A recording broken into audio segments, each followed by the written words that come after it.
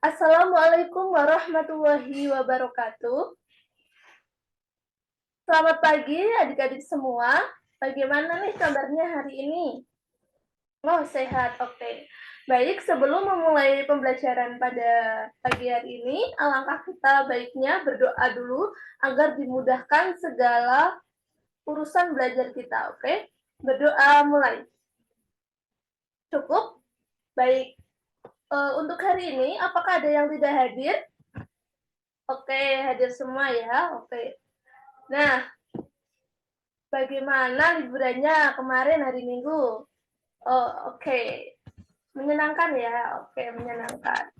Nah, sekarang udah masuk nih materi setelah makanan dan sistem pencernaan, yaitu sistem pernapasan pada manusia. Nah, kemudian Ibu ingin bertanya, apakah dari kalian ada yang pernah berpikir, bagaimana sih cara kita bernafas setiap hari? Bagaimana sih cara oksigen masuk ke dalam paru-paru kita? Bagaimana sih cara tubuh kita itu mendapatkan oksigen melalui pernapasan, organ-organ pernapasan dalam tubuh? Nah, untuk menjawab ini, silahkan kalian diskusikan dahulu kepada teman-teman kalian selama 10 menit ya. Diskusi, Ibu bagi kelompoknya atau mau milih sendiri? Oh, milih sendiri. Oke. Jadi terserah kalian ya, milih sendiri. Oke. Diskusi cukup. Nah, oke, setelah berdiskusi tadi mengenai bagaimana cara oksigen itu masuk ke tubuh kita, bagaimana cara kita menghirup oksigen sehingga paru-paru mendapatkan oksigen untuk bernapas. Nah, sebelum kita bahas hasil diskusi kalian tadi, Ibu akan menjelaskan terlebih dahulu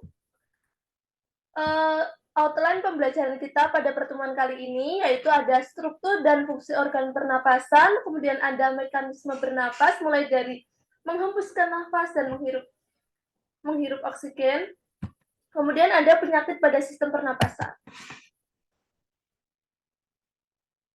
Nah, sebelum lanjut ke organ-organ pernapasan, Ibu ingin memberikan gambaran. Apa sih itu sistem pernapasan?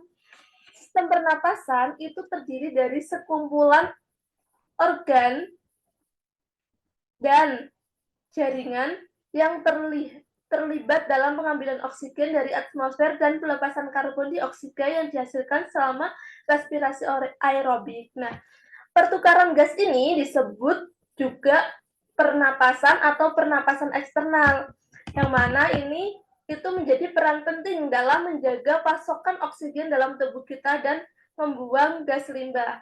Nah, seperti video di sini, ini udara masuk ke dalam paru-paru. Oke, lanjut. Setelah membahas gambaran sedikit tadi mengenai apa sistem pernafasan, kita akan membahas diskusi kalian tadi yang bagaimana sih perjalanan oksigen itu bisa sampai ke paru-paru. Nah, di sini Ibu sudah membuatkan diagram alur yang menyederhanakan proses yang begitu kompleks dari sebuah pernapasan dengan langkah-langkah penting yang terlibat dalam transportasi oksigen dan pertukaran gas dalam sistem pernapasan atau mekanisme bernapas. Jadi yang pertama, itu udara masuk. Udara masuk itu melalui apa adik-adik? Oke, benar, melalui hidung atau organ mulut. Kemudian melewati organ faring. Habis itu laring. Kemudian ke trakea. Nah, si trakea ini akan membawa udara turun ke bronkus. Nah, kemudian ini di dalam bronkus itu terbagi menjadi bronkus dan bronkiolus. Kalau bronkus itu yang lebih kecil. Kalau bronkiolus ini mengarah kepada kelompok alveoli atau alveolus di paru-paru. Kemudian lanjut di alveoli atau alveolus itu oksigen berdifusi ke aliran darah. Di dalam aliran darah karbon dioksida itu berdifusi keluar dari aliran darah ke alveoli. Oke, kemudian lanjut. Di sini ada otot diafragma, di mana ketika dia berelaksi, atau berelaksasi itu mendorong udara keluar dari paru-paru. Begitu sebaliknya, ketika otot diafragma itu berkontraksi, maka udara dari luar tuh masuk ke paru-paru. Nah, udara keluar melalui itu trakea, laring, dan hidung atau mulut kembali lagi. Oke? Jadi, apakah pernyataan yang Ibu sampaikan dengan yang kalian diskusikan itu sama? Oke, sama. Oke, apakah ada pertanyaan sampai di sini? Belum ada? Oke, Ibu lanjut ya. Seperti yang sudah Ibu singgung tadi di awal, bahwasanya kita akan membahas organ-organ dalam sistem pernapasan. Yang pertama tadi udah organ hidung, gimana ini adalah tempat awal udara masuk. Hidung berfungsi sebagai pintu masuk udara. Di dalam hidung kita menemukan rongga hidung yang menyaring udara masuk. Makanya dalam hidung kalian itu pasti ada bulu-bulu halus. Benar atau tidak? Benar, oke. Menghilangkan, nah gunanya bulu-bulu itu untuk apa? Yaitu untuk menghilangkan debu dan partikel. Kemudian juga menghangatkan dan melembabkan udara sebelum mencapai paru-paru dan mengandung reseptor penciuman untuk indera pencium kita. Oke, lanjut. Kemudian organ yang kedua itu ada mulut.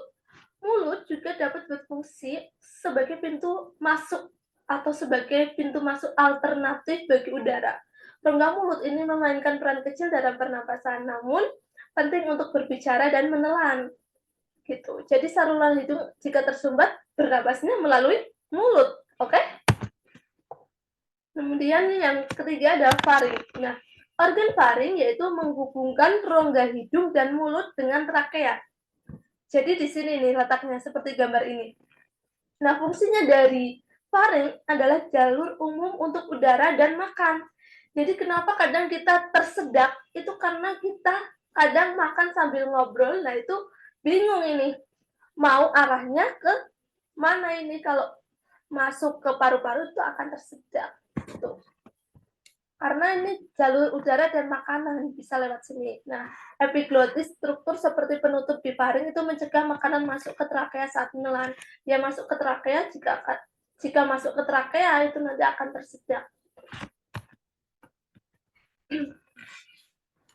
Kemudian organ selanjutnya yaitu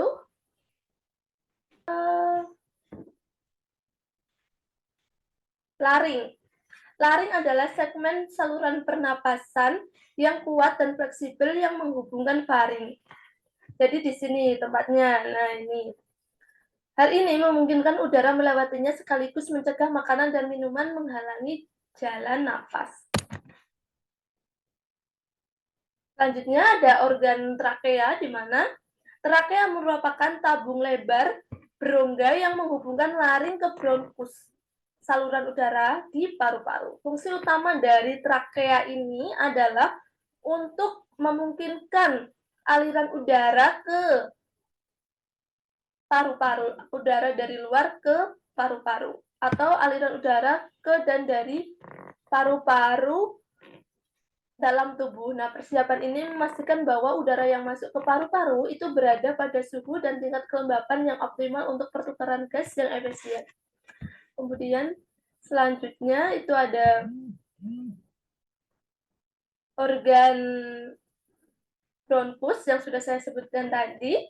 Oke, adik-adik, jadi bronkus merupakan saluran udara utama menuju paru-paru. Kemudian saat adik-adik semua bernapas, udara masuk ke tubuh itu melalui mulut dan hidung, dan melewati laring dan trakea. Trakea itu bercabang, nah menjadi bronkus di setiap paru-paru. Jadi cabangnya trakea itu menjadi bronkus di setiap paru-paru. Nah, bronkus ini dilengkapi dengan struktur kecil-kecil seperti rambut-rambut atau disebut juga silia. Nah, silia ini membantu mengeluarkan lendir dari paru-paru dan menjaga bronkus tetap bersih dan sehat. Gitu. Lanjut, organ selanjutnya adalah bronchiolus. Jadi bronchiolus adalah saluran udara kecil bercabang dalam paru-paru yang berfungsi sebagai saluran udara untuk menghubungkan bronkus yang lebih besar ke alveoli. Jadi di sini nih tempatnya nih. Nah, alveoli adalah tempat terjadinya pertukaran gas. Oksigen masuk melalui aliran darah, kemudian karbon dioksida dikeluarkan selama pernapasan. Nah, kemudian lalu bronchiolus ini menyalurkan udara ke jaringan difus yang berjumlah sekitar 300 juta alveoli, begitu. Oke. Baik, kalau Ibu menerangkannya agak kecepatan, mohon bilang ya adik-adik semua, oke? Lanjut untuk organ selanjutnya yaitu alveoli. Alveoli adalah kantung udara kecil yang terletak di ujung bronchiolus. Nah, struktur ini memainkan peran penting dalam mekanisme pertukaran gas selama bernafas.